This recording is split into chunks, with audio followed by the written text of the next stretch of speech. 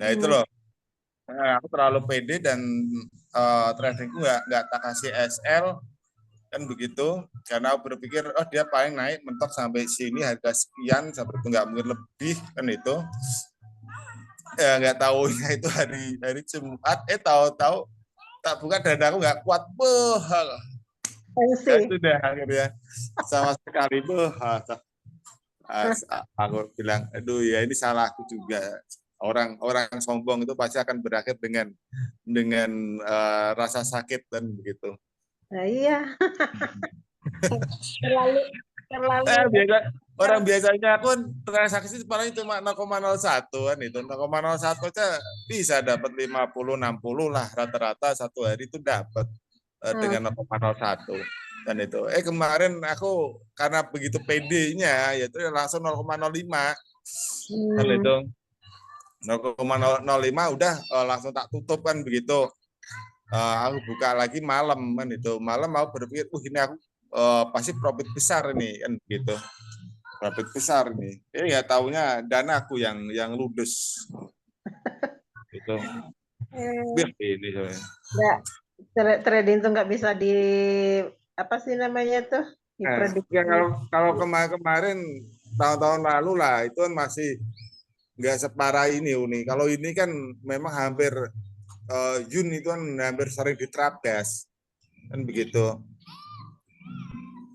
Nah makanya biasanya aku cuma 0,01 0,01 kan itu cuma ya kemarin aja aku kilap gitu, aku terlalu pede, terlalu percaya diri ya kalau ini pasti akan turun lah. Eh, Malam ini pasti akan turun, dia naik nggak seberapa lah kan itu udah tak ukur lah. Ternyata naiknya malah lewat batas itu. Terus minggu berikutnya terus malah baru turun drastis itu. Ya sudah sampai itu. Mm-mm. Jadi selama ini ya cuma bisa menyaksikan aja dulu.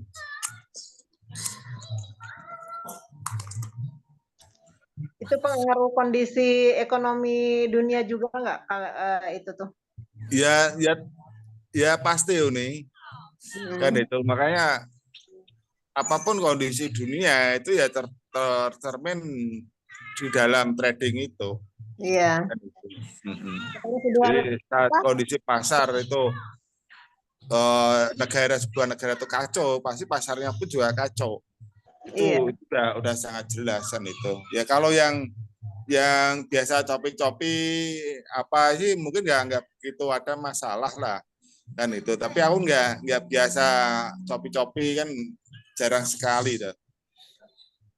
Jadi ibaratnya biasanya aku transaksi kecil tapi target pun besaran itu.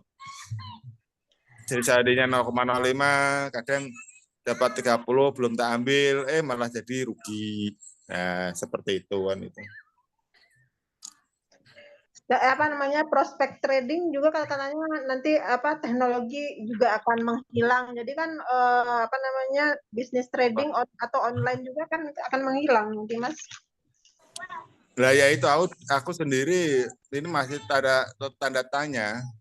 Ya Hmm. memang ada wacana lah ini terjadi ada wacana peperangan sebetulnya kan. Tapi peperangan itu kan memang di balik layar sih ya. Jadi TV akan diambil alih, kemudian kayak listrik, internet nanti ke depan itu akan gratis kan itu. Hmm. Ada wacana ke situ juga, terus kemudian keuangan akan apa itu namanya apa terbentuk dengan keuangan kuantum atau apa itu Hmm. kan itu. Kan Nah, ini tapi pertanyaanku bagaimana mungkin itu bisa terjadi begitu cepat? Kayaknya nggak mungkin kan itu. Tapi kalau tak liatin secara sama arahnya ke situ ya memang ada benarnya juga Uni. Karena mulai saat inilah kan banyak kematian. ya itu Uh, kemarin ya berita kemarin itu izin pertelevisian itu beberapa TV swasta tuh udah dicabut katanya tuh. Jadi dialih ya, ke eh, TV digital semua, tidak ada lagi TV monolog itu apa? Nah, pokoknya gitu aja lah, dibuat mudah aja lah, kan itu. Karena walaupun nggak dibicarakan, aku tahu lah, kan itu. Ya memang seperti itu, karena memang nanti orang kan akan diarahkan, ya, satu-satu akan diarahkan untuk di rumah saja sambil menyaksikan sejarah ulang. Iya, iya. Nah itu loh sejarah ulang tentang manusia peradaban dan begitu. Karena selama ini memang banyak sejarah yang dibelokkan kan begitu. Terus banyak ketidakbenaran lah yang diajarkan kan begitu. Jadi di situ nanti memang akan ada sebuah peringatan darurat ya, mungkin nggak ngerti ya peringatan darurat itu mungkin ini ada penyakit atau ini akan ada radiasi nuklir di mana orang-orang itu tidak boleh keluar dari rumah kan begitu. Nah akhirnya dia hanya ngeliat TV dan di televisi itu beritanya nanti akan sama semua tentang bagaimana peradaban bumi ini sebetulnya dan bagaimana manusia itu sebenarnya kan begitu. Karena selama ini sudah salah kaprah ya, terutama tentang agama. Ya, agama yang seharusnya menjadi tuntunan untuk hidup damai, untuk hidup bahagia, tapi kan malah justru digunakan sama oknum-oknum untuk berkuasa. Jadi agama malah justru menimbulkan perpecahan. Bahkan orang yang berlainan agama aja bisa jadi masalah hanya beda agama. Nah, jadi orang lebih sering tidak melihat bagaimana mereka berbuat, tapi apa agamanya. Nah, itu loh. Padahal nggak ada surga itu milik agama siapa itu nggak ada. Ya, surga itu ya sebetulnya untuk orang-orang yang berbuat baik. Neraka ya untuk orang-orang yang bertindak salah. Itu saja. Orang yang berbuat baik dan yang beriman. Ya terlepas dia agamanya apa. Nah, itu loh. Karena nggak ada firman yang menyatakan bahwa apa yang kau dapat itu karena agamamu, itu nggak ada. Apa yang kau dapat itu ada hasil perbuatanmu. Sudah. Nah itu loh. Makanya di situlah kadang aku juga saat ini masih agak simpang siur. Satu, kedua, aku nggak menyalahkan orang-orang yang tak kasih peringatan dan begitu. Nah, kenapa aku nggak menyalahkan pada mereka ya? Karena aku sendiri masih tahap penjajakan. Nah itu loh, masih tahap mengekrok lah kan itu. Karena kalau kita menggunakan logika saja ya kayak nggak masuk akalan begitu. Ya. Nah, tapi kenyataan apa yang kukatakan, apa yang ku sampaikan itu benar. Nah itu loh.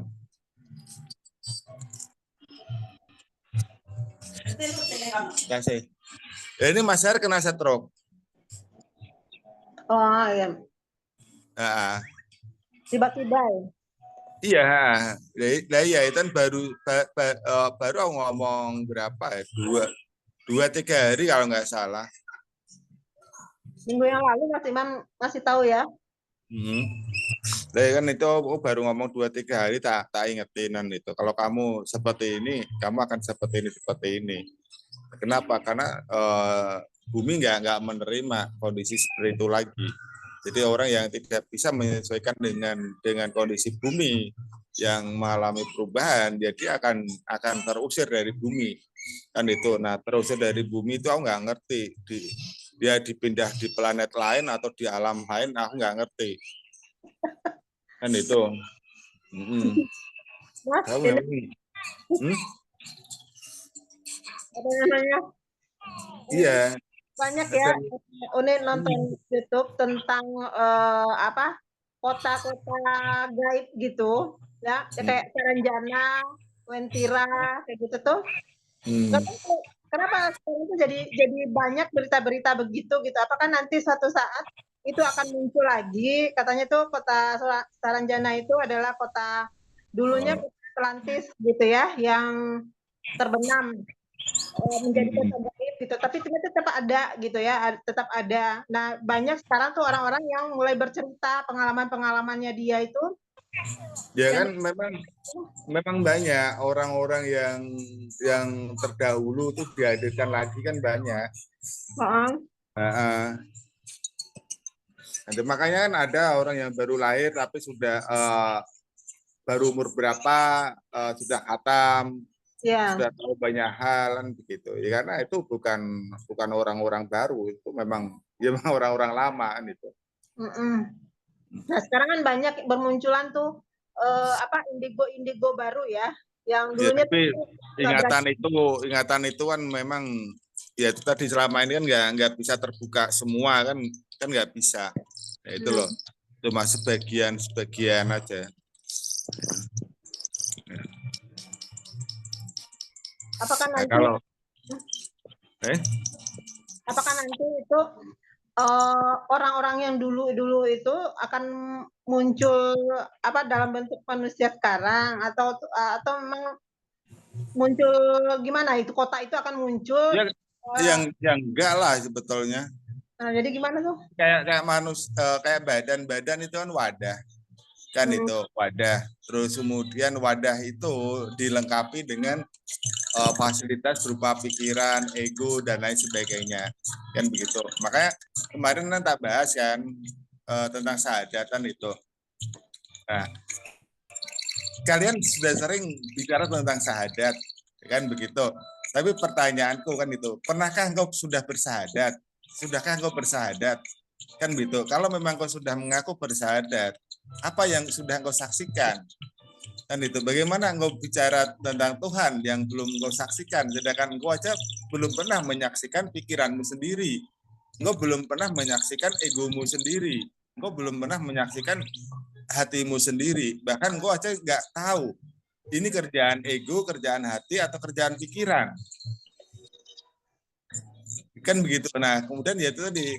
Nah, syahadat yang mana yang engkau bicarakan itu? Nah, padahal syarat untuk menjadi Islam atau selamat itu bersahadat. Nah, bersaksi. Lalu apa yang sudah engkau saksikan? Engkau mau bersaksi tentang apa nantinya? Bersaksi kan mengalami, menyaksikan. Nah, ya, yang sudah kamu saksikan itu apa? Kalau kamu belum pernah menyaksikan, bagaimana kamu bisa bersaksi? Berarti saksi bohong, lah. Lah ya. Padahal di situ awas pun juga sudah sering berfirman, tidak akan ada seorang hamba yang sanggup mengenalku sebelum dia mengenal dirinya. Nah, kan begitu. Nah, bagaimana dia bisa mengenal dirinya? Orang dia aja nggak ngerti ini kerjaan siapa. Anak buahku mana yang mengerjakan ini? Ini kerjaan si pikiran, atau kerjaan si ego, atau kerjaan si hati. Kita nggak pernah ngerti, kita nggak pernah ngontrol. Nah, kita selalu menyalahkan diri kita. Nah, padahal kita tuh yang mana? Kita nggak ngerti juga. Padahal kita lah yang mengontrol semuanya. Kita lah yang akan mempertanggungjawabkan. Makanya untuk bisa mempertanggungjawabkan bagaimana? Ya kita harus bisa menyaksikan. Nah, makanya kalau rukun Islam pertama itu syahadat, itu memang benar. Karena apa? Itu memang kuncinya, harus bersyahadat dulu. Nah, itulah kenapa? Karena kalau mereka tidak bersyahadat, bagaimana bisa mempertanggungjawabkan? Bagaimana bisa sholat? Ya. Nah, itulah bagaimana bisa melakukan? Kan begitu. Kenapa? Karena mereka saja belum menyaksikan. Ya, menyaksikan itu kan menyadari semua apa yang kita lakukan itu dengan benar-benar bisa menyadari itu ya. Apa ya lah, tapi ke depan itu kan harus semakin detail. Kita harus tahu betul, oh ini loh, kerja pikiranku tuh kayak ini loh. Iya. Nah, kelebihan pikiranku tuh ini, tapi dia punya kelemahan seperti ini. Egoku tuh seperti ini. Nah, kalau egoku bekerja ya seperti ini, hatiku seperti ini. Kalau hatiku bekerja ya seperti ini. Nah, disitulah tugas kita ya, memperhatikan semuanya, mengekrok semuanya. Nah, baru disitulah kita bisa membenahi. Boyo dituntun apa totan. gue ditonton apa tau? Gue nggak kayak preman nih.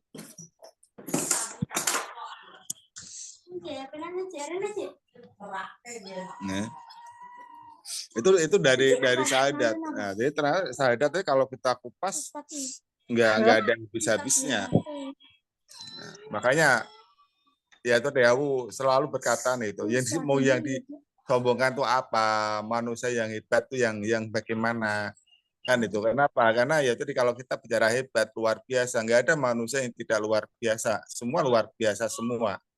Nah itu loh ya. Nah apapun kondisi kita saat ini ya kita harus ingat ini itu sementara, nggak abadi ya. Nah, jadi sementara itu kapan saja bisa berubah.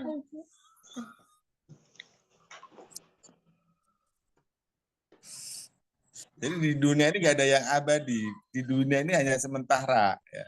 Jadi cuma orang yang bisa bicara seperti itu kebanyakan kan orang-orang yang sudah mampu, sudah nggak ada masalah. Kadang sering bilang bahwa oh ini cuma titipan, kapan saja bisa diambil sama yang punya ini kan begitu.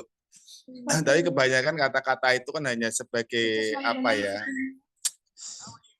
Sebagai bunga bibir aja lah. Tapi sebetulnya itulah kebenaran. Kan itu. Jadi semua yang ada pada kita ya semua itu hanya titipan aja. Titipan untuk apa? Titipan agar kita bisa berperan seperti apa peran kita. Nah, kan itu. Dan nanti memang semua harus dikembalikan ke sutradara. Karena apa? Itu memang sarana untuk agar kita tuh bisa berperan sesuai peran kita saja. Nah, itu loh.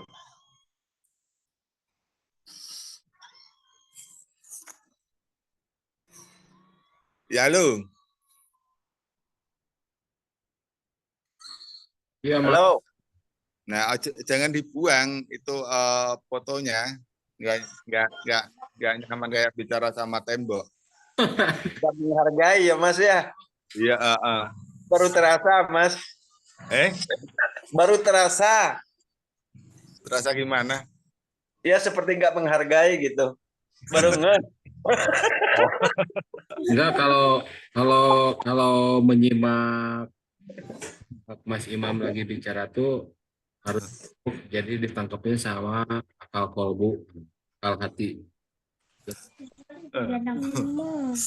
Ya, jadi dan sebetulnya kan ya tadi awal kan sudah ngasih begitu banyak contoh kan. Jadi bagaimana ya tak ulang lagi tentang Albert Einstein. Albert Einstein itu bukan orang pinter, bukan orang jenius kan itu. Tapi Albert Einstein itu orang yang sangat-sangat bodoh kan itu. Kenapa aku bilang sangat-sangat bodoh? Ya, karena di sekolahan aja nggak ada yang mau menerima Albert Einstein. Nggak ada guru-guru yang sanggup mengajar Albert Einstein. Kan itu. Nah, tapi pertanyaannya, kenapa Albert Einstein bisa menjadi seorang ilmuwan terkenal? Ya, karena Albert Einstein sudah di dalam perjalanannya dia menyadari bahwa aku bukan orang biasa-biasa, tapi setiap manusia itu adalah orang-orang luar biasa. Kenapa? Karena di setiap manusia, ya, manusia itu adalah perwujudannya. Nah, perwujudan dari siapa? Perwujudan dari Allah itu sendiri yang paling sempurna. Kan itu. Jadi sebetulnya tidak ada manusia yang tidak luar biasa, itu tidak ada. Semua orang luar biasa. Cuma mereka itu mau nggak menyadari, mau nggak berjalan ke kesadaran itu. Nah, itu loh. Itu intinya sebetulnya. Dan ya tadi ujian manusia itu cuma nggak banyak, ya, cuma satu ya di apa? Di rasa takut itu saja. Jadi kalau kita memang nggak mau masuk ke dalam ujian ya bagaimana? Ya hilangkan rasa takut itu. Nah dengan hilang rasa takut ya sebetulnya nggak ada yang berat lagi. Ya, paling memang orang lain mungkin akan melihat kita berat, kita bagaimana ya. Tapi di dalam diri kita ya pasti akan selalu bersyukur, selalu happy kan itu. Kenapa? Karena bagi orang lain itu ujian, cobaan berat, tapi bagi kita ya itu bukan masalah. Nah, itu loh.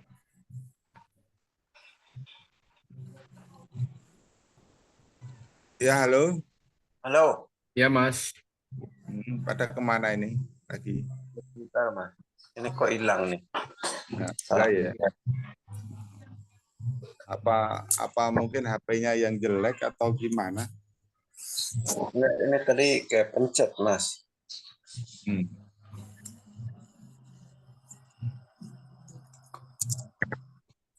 Ya, tanya dulu. Nah, ini ada. Hmm. Ya, tanya apa? Enggak, Mas Agus. Hmm. Ada yang tanyaan, Gus? Saya belum, Apa ya? Minta tips sederhana aja dong, Mas, bagaimana untuk membuka kesadaran itu bahwa aku adalah manusia yang bertuhan dan mampu mengabdi dengan baik. Ya, itu kan sudah sering juga lah aku katakan kan, bahwasanya kita harus menyadari betul bahwa kita itu adalah perwujudan daripada Tuhan itu sendirian itu. Bahkan semua yang ada ya, semua yang ada di dunia ini itu semua ya perwujudannya. Ya, tapi kitalah perwujudan yang paling sempurna di antara perwujudan yang lain. Kan begitu. Nah, kalau kita sudah menyadari bahwa kita sebagai perwujudan Tuhan yang paling sempurna, berarti akan menuntut apa? Akan menuntut tanggung jawab kita. Tanggung jawab kita bagaimana? Kan begitu. Nah, kemudian bagaimana kita tuh akan mempertanggungjawabkan itu semua ya dengan jalan apa? Dengan jalan melakukan tuntunan yang Allah berikan berupa apa? Asmaul Husna itu.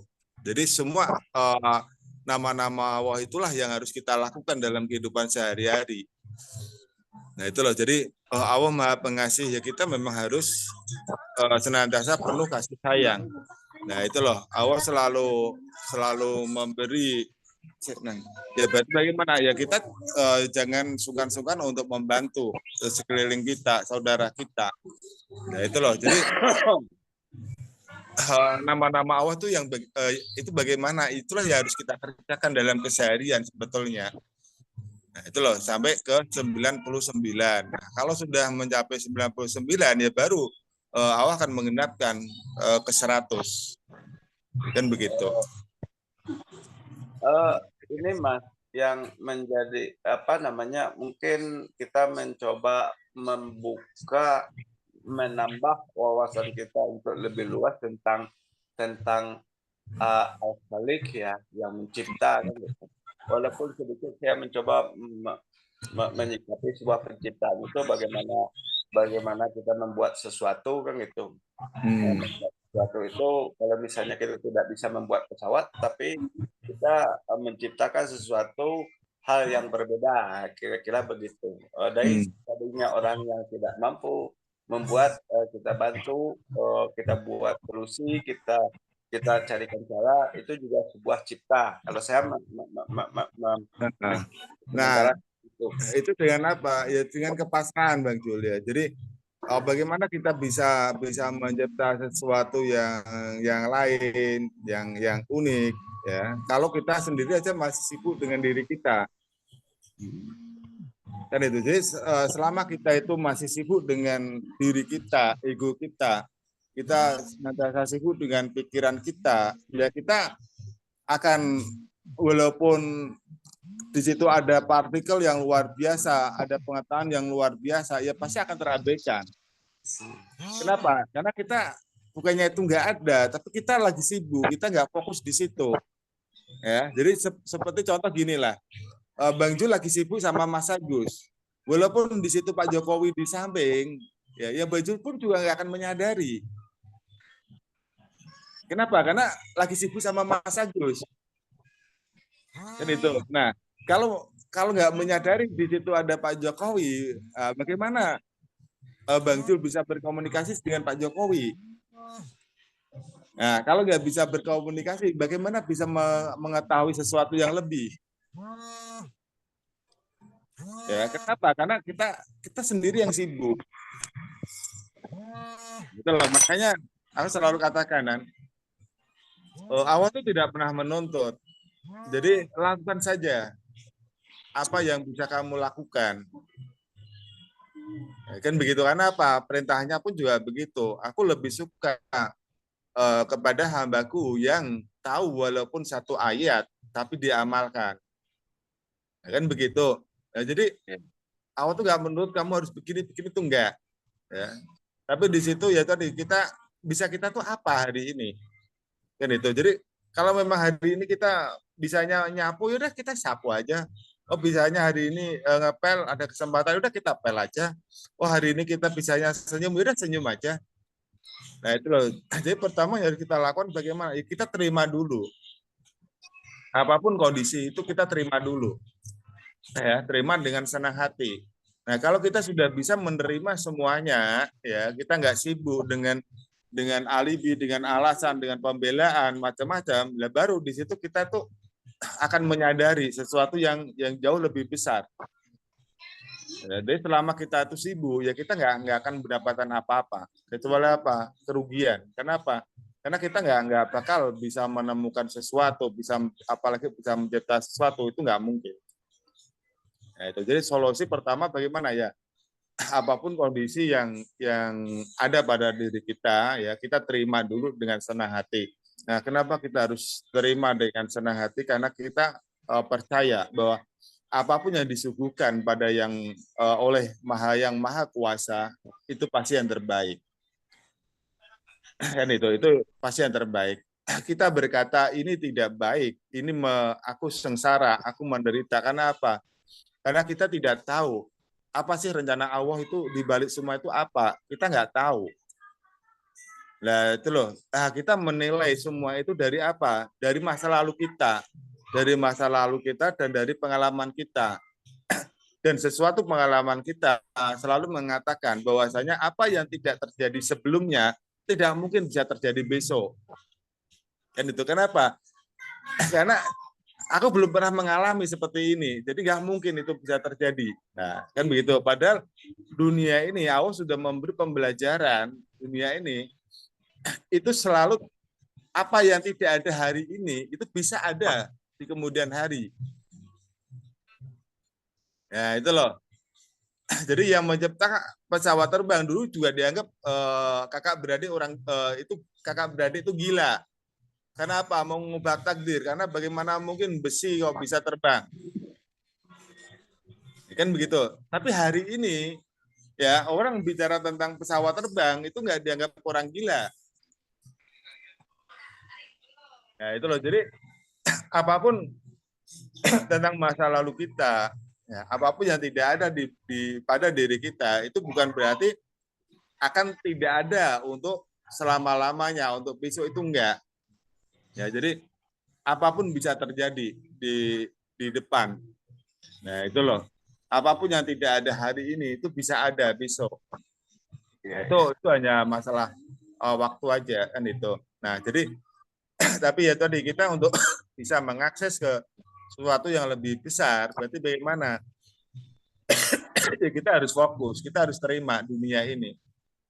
Nah, itu loh, kita harus terima keberadaan kita bahwasanya aku ini perwujudan yang paling sempurna.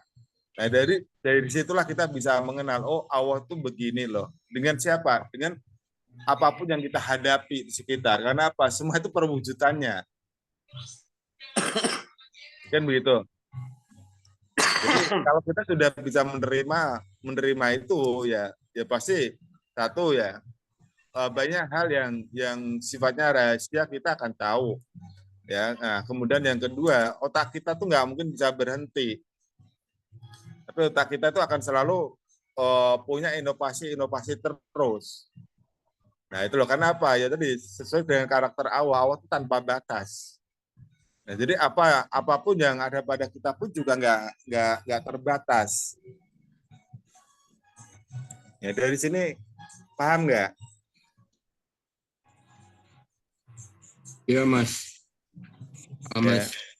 Ya. Jadi kita harus menerima ya kondisi kita, terus kemudian kita harus melaksanakan sebagai perwujudannya kan begitu.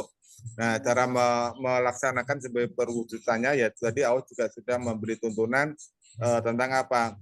lewat apa? Lewat Asmaul Husna, kan begitu. Itu yang cara paling paling simpel lah kan itu. Ya. Jadi perwujudan Tuhan dicoba sama kita diwujudkan melalui sifat-sifatnya, Mas, gitu ya, Mas? Iya, ya, melalui sifat dan perbuatan. Ya, Ya. nah, dan ke depan pun kan juga begitu. Wacana ke depan kan memang juga begitu. Jadi orang yang mendapatkan aliran dana yang besar siapa? Ya mereka orang-orang yang berkiprah di sosial juga. Gitu.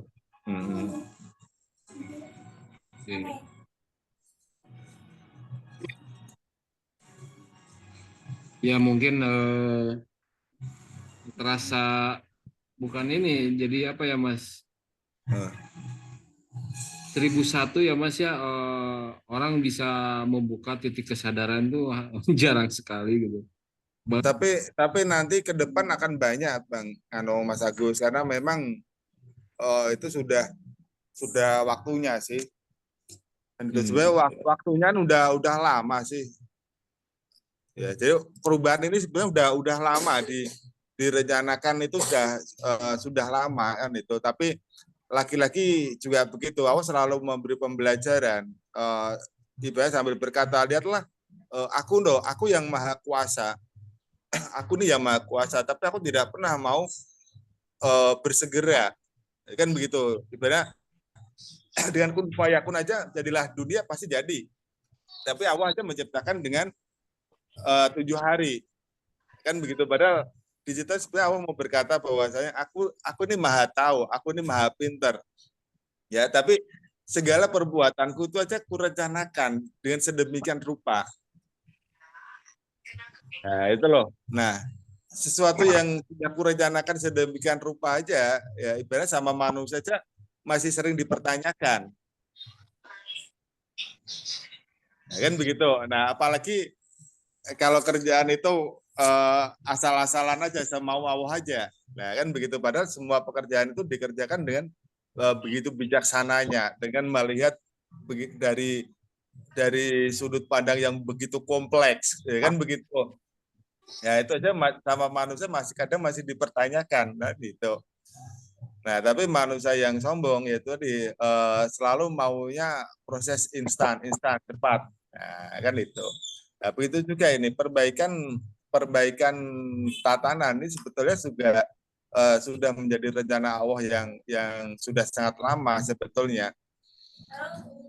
Ya, tapi laki-laki juga begitu, seperti yang sering kukatakan, segala sesuatu yang mengalami perubahan terlalu cepat, entah itu baik atau tidak baik, itu dampaknya pasti tidak baik. Nah, itu loh. Ya, karena jadi segala sesuatu itu harus memang berjalan sesuai proses. Seperti halnya besi lah, besi begitu dipanas atau dicelup ke air ya udah pasti patah atau retak.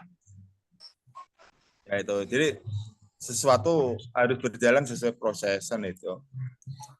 Nah, dan proses ke depanan kayaknya itu udah betul-betul saat ini udah betul-betul berjalanan itu, karena sesuatu yang memang tidak sanggup atau tidak sesuai dengan kondisi itu pasti mereka akan sakit dan nggak lama pasti meninggal, karena seolah-olah sakit itu nggak ada obatnya lagi.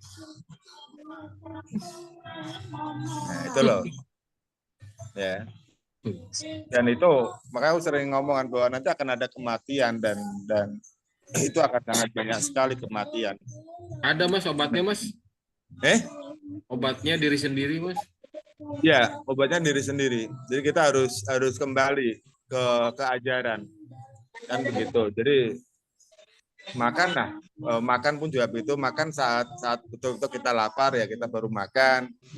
Terus kemudian minum pun juga begitu. Terus kemudian ya tadi kita harus sering melihat sekeliling kita kan begitu, bahwasanya oh ya dia lapar ya, kita kok ada ya kita harus berbagi kan begitu. Oh dia nggak gawe, kita punya kesempatan untuk membimbing ya kita bimbing, ya kan seperti itu.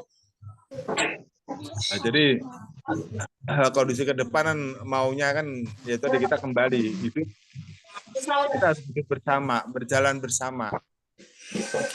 Dah bobok lagi ya. Udah jam 9. Nggak lagi. Apalagi? Maksudnya kemarin sekarang tuh kan banyak Ada banget penghakiman, ya itu bencana-bencana tadi ya kurang. alam Nah, itu kita ya. baik sama orang karena apa? Dia baik sama kita, nah, baru kita baik. Nah, kalau seperti itu kan sebetulnya itu bukan ibadah, tapi kewajiban membalas budi. Ya, nah jadi maunya hukum kan nggak begitu. Allah itu memang maha adil, Allah itu maha bijaksana. Tapi Allah pun juga maha kasih sayang, kan itu maha pengasih dan lagi maha penyayang. Jadi Allah selalu memberi permintaan baik itu permintaan orang baik, didik pelan-pelan didik pelan-pelan, ataupun itu permintaan orang tidak baik sama Allah dikabulkan. Nah begitu juga kalau kita sebagai perwujudannya juga begitu, kita tidak boleh membeda-bedakan satu dengan yang lain. Kita harus bisa melepas masalah-masalah pribadi kita. Jadi pelanin Bapak telepon. Ya di situ kita nggak boleh mengikutkan masalah orang itu kepada kita, itu enggak. Ya, kalau memang mereka butuh bantuan, kita sanggup, ya udah kita bantu. Nah itu loh. Nah itulah yang nanti akan hidup di dunia kan orang-orang seperti itu. Jadi kalau ke depan arahnya memang nggak ada lagi pemimpin-pemimpin yang korup atau apa, itu nggak ada. Semua pemimpin nantinya memang akan jujur kan itu. Nah, dan ini kan juga sudah berjalan kan. Mana ada kasus yang bisa sembunyi saat ini? Semuanya kan akan kebongkar ya. Iya, pasti akan kebongkar semua. Nah itu loh. Bahkan sampai ditegaskan kan, Pak Jokowi aja berani dihoak kan begitu. Nggak terbukti ya, ijazah palsunya nggak terbukti ya tuduhannya. Nah ya, itu padahal kan ya sama Pak Jokowi dia tertawa lah kan itu orang yang namanya sekolah kan dia punya teman, punya macam-macam lah kan itu aja berani mengisukan bahwa itu palsu kan itu. Nah itu kan bukti bahwasanya nggak ada yang nggak ada istilah pejabat tinggi, orang kaya, macam-macam orang yang berkuasa. Iya, ngitar ya. Macam-macam yang akan lepas dari semua itu kan itu. Itu hanya sebuah apa ya? Contoh aja bahwasanya bahwa gerakan ini itu memang nyata kan begitu. Gerakan ini tuh memang nyata dan memang akan terjadi kan seperti itu. Ya cuma kadang jujur aja di dalam pikiranku tuh memang masih berkecamuk, kok begitu cepat. Nah itu loh prosesnya. Nah itu loh, tapi memang akhir-akhir ini memang begitu apa ya, begitu jelas sih proses itu sih. Ya kalau kita mengamati kan itu. Mas, tapi ini kalau nggak salah dari tahun 2012 atau 2013 saya masuk Khalifah 2011. Ya. Ini kan sudah pernah dimunculkan juga sama Mas Imam yang pernah saya pertanyakan bahwa kalian akan aku minta untuk memperbaiki peradaban. Nah, kan judulnya seperti itu. Iya, makanya aku tadi kan bilang itu kan sebetulnya program itu sudah sangat lama. Ya kan begitu. Tapi ibaratnya baru betul-betul terasa kan memang saat ini. Ya. Ya itu loh. Kalau saya ingat lagi, kalau itu tahun 2012 berarti kan 10 tahun masa. Iya. Nah itu loh. Jadi di situ kan sebetulnya ada pembelajaran dari Allah juga kan itu bahwasanya yaitu tadi satu segala sesuatu tuh sudah Allah pertimbangkan semuanya dan dengan kebijaksanaannya, kan begitu. Ya. Itu pertama, dan kedua itu adalah wujud Allah yang begitu menyayangi manusia untuk apa? Untuk memberi kesempatan pada mereka untuk berubah, kan itu, untuk berubah, untuk perbaikan. Nah, kan begitu. Nah, jadi kalau selama ini dikasih kesempatan sudah begitu apa ya, banyak, tapi nggak digunakan kan ya nggak ada tuntutan lagi, kan begitu. Iya. Karena apa? Ya tadi kesempatan sudah diberikan begitu panjang. Nah, itu loh. Ya. Nah, aku berani ngomong seperti itu saat itu. Ya, semua kan ya memang ada dasarnya kan itu. Jadi dunia ini kan memang ada yang diserahin Allah tentang dunia ini, isinya untuk dikelola, kan begitu. Nah, dan yang mengelola, yang diserahin Allah untuk mengelola itu memang saat ini memang belum hadir ke dunia ini, tapi mereka kan sudah kirim banyak anak-anaknya juga ke dunia ini, nah, sebagai perwakilannya, kan begitu. Yang nantinya memang beliau sendiri lah yang akan turun ke dunia ini. Maksudnya Imam Mahdi, Mas? Bukan, Nabi Isa. Oh, Nabi Isa. Nabi Isa, cuma kalau di situan memang namanya bukan Nabi Isa kan itu yang aku tahu, tapi sebagai Sang Timur kan itu. Jadi Allah mempercayakan dunia seisinya pada Sang Timur untuk mengelolakan itu. Nah, itu yang diberitahukan kepadaku kan itu. Tapi pemimpin Nabi Isa itu nanti turun hanya untuk membunuh Dajjal, bukan begitu? Dajjal itu siapa kan itu? Dajjal itu kan sebetulnya penguasa diktator kan itu, penguasa diktator yang berpandangan bahwasanya apapun yang tidak sesuai dengan dia yaitu kafir, itu sesat. Yeah. Itu Dajjal. Saya coba mengingat lagi ke sebuah kejadian yang terulang ya Mas ya. Yeah. Tapi yang salah satunya saya mencoba ke zaman Nabi Musa.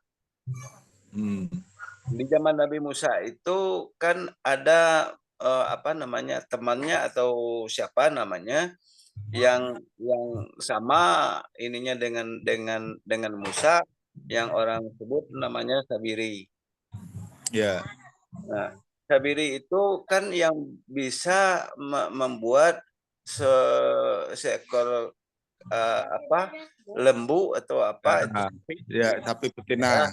Ya, bisa berbicara. Tapi bisa berbicara. Nah, itu kan suatu kalau di Nabi kan sebuah mujizat juga kan gitu. Nah, itu dibahas sebagian orang bahwa itulah Dajjal kan gitu. Nah, di masa Nabi sebelum-sebelumnya juga ada yang orang seperti itu gitu loh.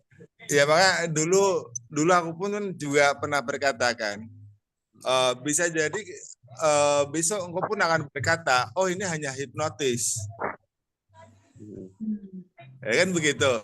Nah, sekarang namanya hipnotis ya. Ya. Karena seperti yang di apa tuh namanya yang dialami Nabi Musa pun juga begitu. Kaumnya pun juga berkata bahwasanya Nabi Musa nggak lebih dari seorang penyihir juga. Kan begitu. Kenapa? Karena penyihir pun juga bisa. Nah, kan begitu. Ya, jadi Dajjal itu di situ kan udah sangat jelas sih gambarannya. Jadi di jidatnya kan ada tulisan kafir kan itu. Jadi bukan berarti tulisan di jidatnya itu kafir, itu enggak. Ya, tapi Dajjal itu adalah memang penguasa besar yang dimana menuntut semua orang itu harus seperti pemikirannya kan begitu, seperti pedomannya. Jadi apapun yang tidak sesuai dengan ideologinya, bahwa pola pikirnya ya tadi itu ya itu dianggap kafir atau sesatan itu, dan itu akan dimusuhi kan itu. Nah, yang seide sejalan dengan dia ya maka sama dia akan diterima kan itu. sebagai kaumnya. Di situ digambarkan mendapat surganya kan begitu. Apakah antisipasinya apa, Mas? Kalau kayak gitu itu tuh nanti kita bisa membedakan ya mana yang benar-benar pemimpin Nabi Isa gitu ya dengan Dajjal itu kan sudah apa ya? Sulit kita iniinnya. Ya sebetulnya enggak sih, karena Nabi Isa kan dia tadi seperti yang katakan tadi, perwujudan Allah yang sempurna itu yang bagaimana? Allah tuh maha adil, Allah tuh maha penyayang. Kan itu, maka di situ tidak ada penghakiman. Iya. Nah itu loh, jadi di situ nggak ada penghakiman. Jadi apa yang kau lakukan ya sudah. Jadi adanya tuh saling menghormati. Oh, kalau kesimpulannya begini, Mas, itu kan terjadi sebuah apa namanya berhadapan lah. Kalau saya membaca sebuah simbol dari sebuah pembicaraan orang, semua kan akan berhadapan. Katakanlah ini Dajjal, katakanlah ini Isa. Nah, katakanlah ini kelompok Dajjal, katakanlah ini kelompok Nabi Isa. Nah, Dajjal tuh kalau kita katakan itu sebuah ketidakbenaran, bahwa ini kebenaran. Jadi berhadapan kebenaran dengan ketidakbenaran. Nah, mana orang yang benar-benar menyaksikan itu, maka dia mempunyai sifat seperti perwujudan itu tadi. Dia apa namanya yakin dengan. Jadi, dulu Awan pernah menyontohkan kan itu ada orang Kristen dan orang Islam, kan begitu kan? Ya. Nah, di suatu saat itu terjadi kegiatan bareng. Nah, jadi di mana orang Islam dan orang Kristen itu akan berjalan bersama dan saling bercerita indah tentang kehidupan ini, kan begitu. Nah, kemudian di persimpangan jalan mereka akan berkata, ya sudah kita sampai sini dulu ya. Aku mau ke masjid, kamu ke gereja. Hati-hati di jalan ya. Semoga kita berjumpa kembali. Kan seperti itu. Karena apa? Di situ nggak ada permasalahan apa agamamu. Tapi di situ adanya kita saling menghargai, kita saling menghormati. Nah itu loh, orang tidak dinilai berdasarkan apa agamanya, tapi orang akan dinilai berdasarkan perbuatannya. Kan itu. Nah, tapi bagi pasukan Dajjal itu enggak. Orang yang sudah Islam itu enggak boleh berteman dengan orang Kristen. Nah, jadi orang yang Islam ibaratnya kalau berteman dengan Kristen itu kafir. Nah, itu loh. Begitu juga orang Kristen enggak boleh baik sama orang Islam. Enggak boleh baik sama orang kepercayaan, nggak boleh baik sama orang Hindu Buddha. Nah, seperti itu loh. Paham nggak? Saya paham, Mas. Kalau yang seperti itu, saya melihat banyak apa namanya sebuah kesamaan yang muncul seperti yang saya lihat, walaupun dia masih muda atau apapun, seperti Mas Ori atau Mas Tunjung kan gitu kan. Terus ada juga ini. Jadi dia tidak menginikan lagi sebuah agama. Iya, karena agama itu tidak menjadikan orang masuk surga, nggak ada firman-nya.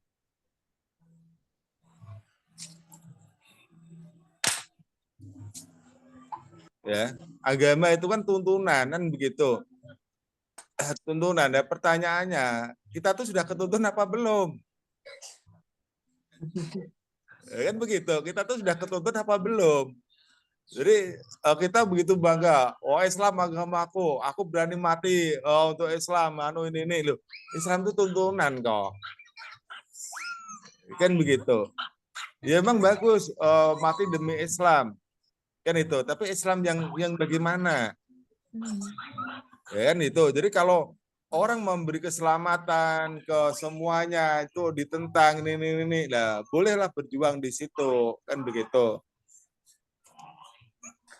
Nah itu loh, dan itu juga sudah dicontohkan lah oleh sama Nabi Muhammad kan juga begitu. Jadi walaupun pamannya berusaha untuk menghabisi macam-macam, tapi begitu sakit sama Nabi Muhammad ditengok bersama sahabatnya, didoain dan begitu.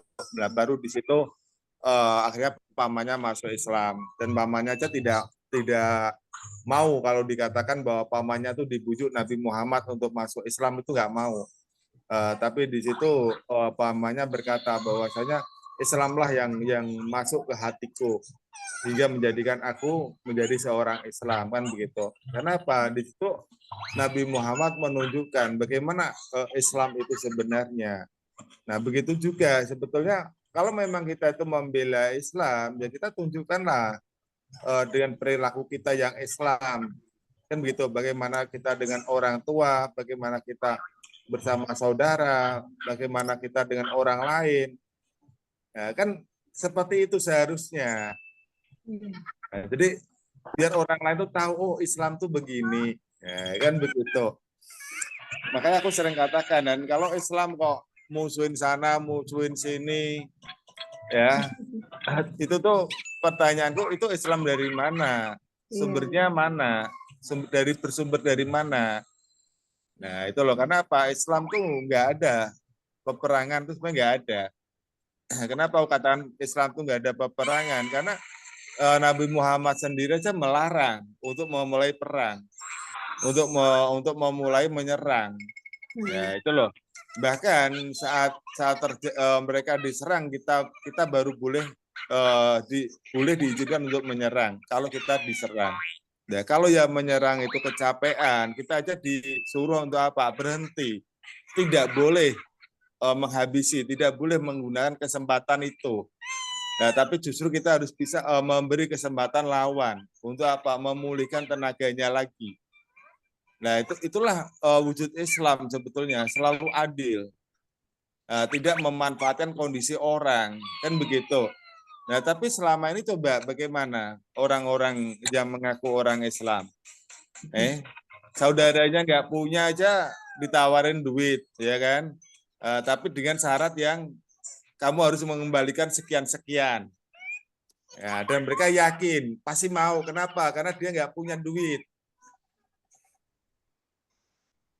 Nah, tapi orang-orang seperti itu aja berani ngaku Islam. Islam dari mana? Kan itu. Makanya kemarin aku juga begitu bilang sama istriku juga begitu. Aku kecewa sama ini. Bukan karena dia itu membohongi aku tidak itu. Bagiku itu duit itu gak seberapa bagiku. Tapi aku kecewa. Kenapa orang hafal Quran kok seperti ini? Nah itu loh, padahal udah hafal Quran kok seperti ini. Itulah yang membuatku kecewa. Itulah yang membuatku sedih. Nah, bukan masalah uang yang nggak seberapa kan itu. Kalau uang itu sih ibarat tak buat jajan satu hari juga sudah habis. Jadi aku nggak masalah itu, diminta pun juga pasti tak kasihkan. Nah, cuma yang menjadikan aku itu kecewa, aku tuh sedih. Dia tuh hafal Quran, dia hafal Quran. Nah, tapi kenapa dia kok mau rezeki-rezeki yang seperti itu? Nah, itu loh. Ya. Dan itulah yang terjadi, yang akan diperbaiki ke depanan itu. Jadi semua itu akan hilang nanti. Nah, makanya ya tadi orang nanti akan berpikir, akan melihat orang itu dari perbuatannya, dan orang pun akan mendapat penghormatan itu pun juga dasarnya apa? Dari perbuatan mereka. Nah, itu loh. Jadi selama ini kan enggak, orang yang sudah beragama Islam seolah-olah itu jaminan surga dan itu yang terbaik kan itu, dan melihat yang lain itu tidak baik. Nah itu loh, saat kita membela yang lain kita dikatakan kafir, kita dikatakan musyrik dan lain sebagainya kan itu, dan akhirnya ada kalanya kita hanyut di situ kan itu. Padahal kalau kita telusuri pengetahuan dia tentang ajaran itu seberapa besar. Kan gitu, pemahaman mereka tuh seberapa besar. Kan itu, orang mereka ngaji aja ngaji dari kiai-kiai yang masih katanya kok.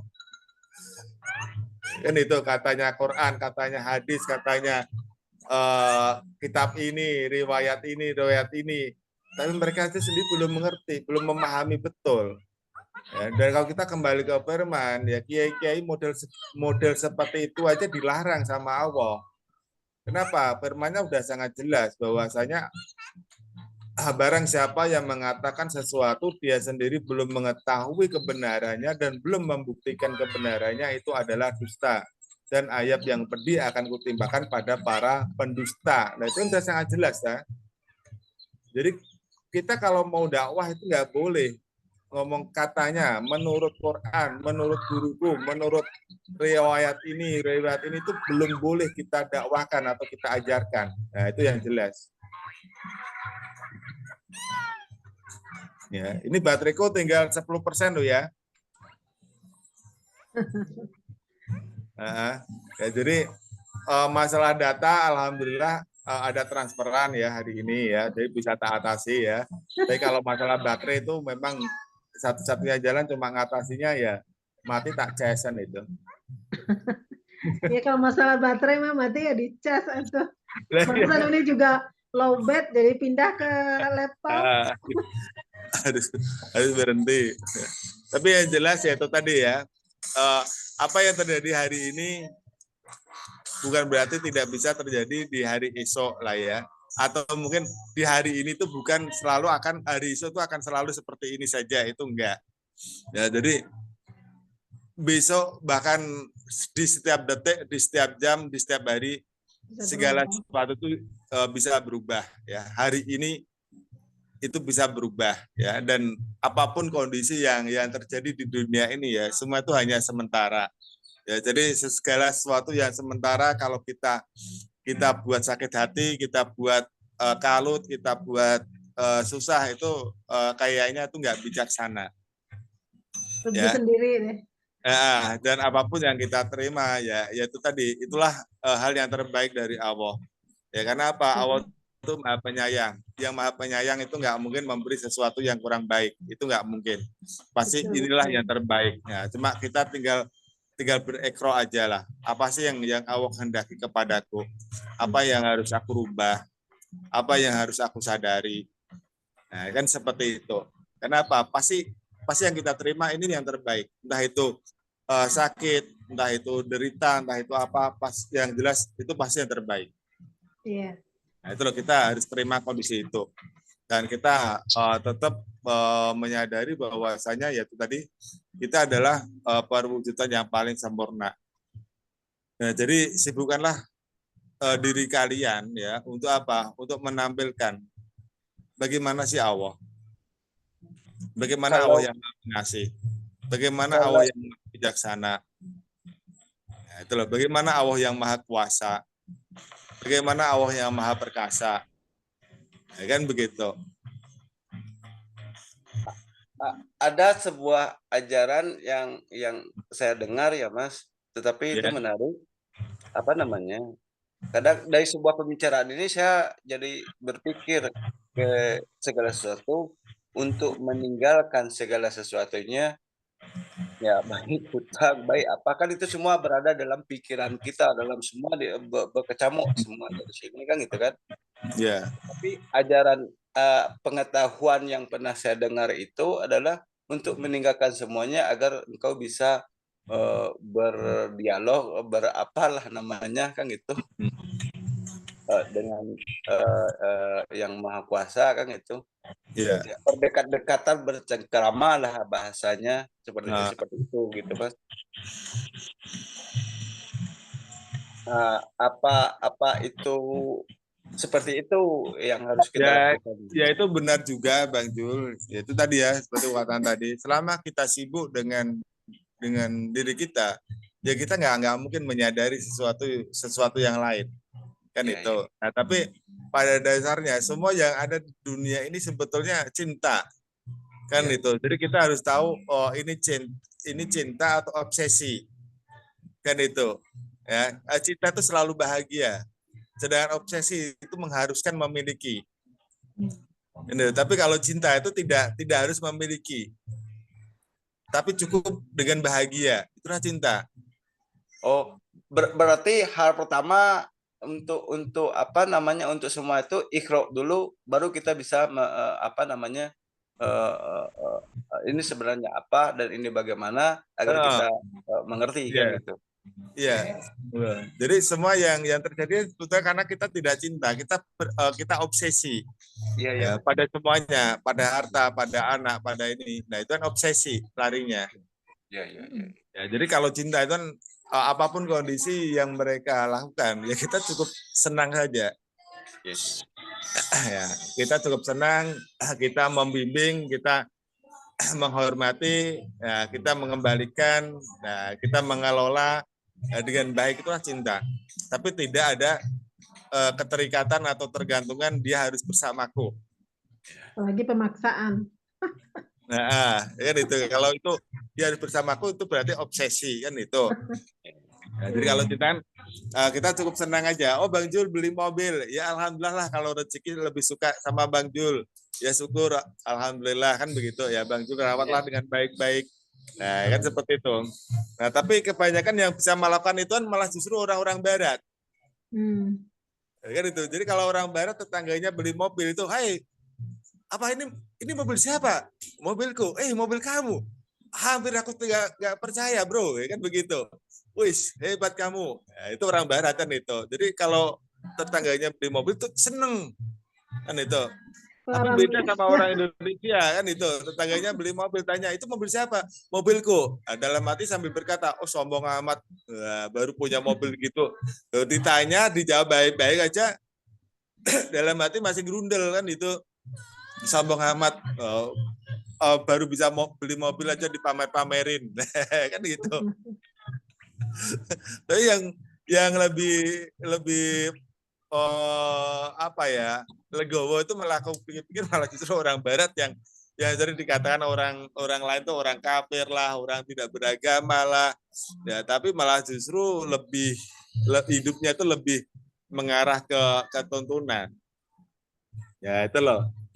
Ya, karena mereka cukup senang melihat saudaranya, temannya berhasil, mereka ikut senang. Kan itu. Nah, saat saudaranya ada masalah, teman ada masalah, mereka pun juga tidak sungkan-sungkan berkata, apa yang bisa aku bantu untukmu. Ya, kan itu malah orang-orang yang dianggap kafir malahan. Itu loh. Nah, seharusnya kehidupan itu ya seperti itu. Jadi kita harus menyadari ya, agama itu tuntunan. Nah, kalau kita punya agama, punya tuntunan, tapi kalau hidup kita tidak tertuntun, ya nggak ada gunanya. Nah, itu loh. Ya nggak ada gunanya. Jangan biasakan berbicara sesuatu yang kita sendiri aja tidak tahu kan itu. Maka aku paling nggak suka juga kan kalau orang bicara tentang surga, tentang neraka, macam-macam. Ya kan begitu. Kenapa? Orang yang nyata aja nggak kamu pahami, jadi kenapa kamu bicara terlalu jauh? Nah, itu loh.